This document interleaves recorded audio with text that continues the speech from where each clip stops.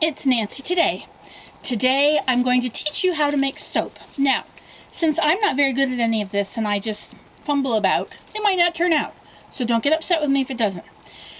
Now, the first thing that I found out, I tried this yesterday. I found a place on the internet called soapcalc.com. Go there and it's got all these little boxes. Click on a kind of oil that you want. And then click on the little pluses and minuses and add it to this big empty area. And then over here you have to put how much percent of that oil. If you want 100% of that oil, or if you want to add 2 oils and what percents of each. And then you go down to the other part and you say calculate recipe. Click that. So there's only 2 little things you have to do with all those empty spaces and all those numbers. Ignore everything but that.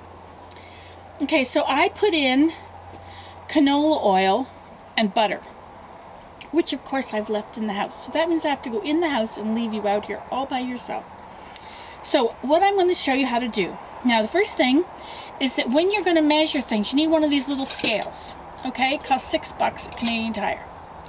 So what I did, this says, I wrote down all my numbers, which is water 172.36 grams, lye 60.3 grams, butter, I'm going to use butter, 113.4 grams, which is also the same as 1 stick. Canola, which is 340.2.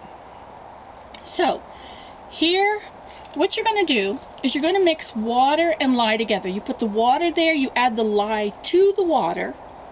While you're stirring it, it heats up. Okay, now you're going to have to let that cool down a little bit. Meanwhile, you measure out your oil. When you've got your oil measured out, then you make sure your 2 temperatures, they're both supposed to be at 80 degrees, between 80 and 90 or something like that.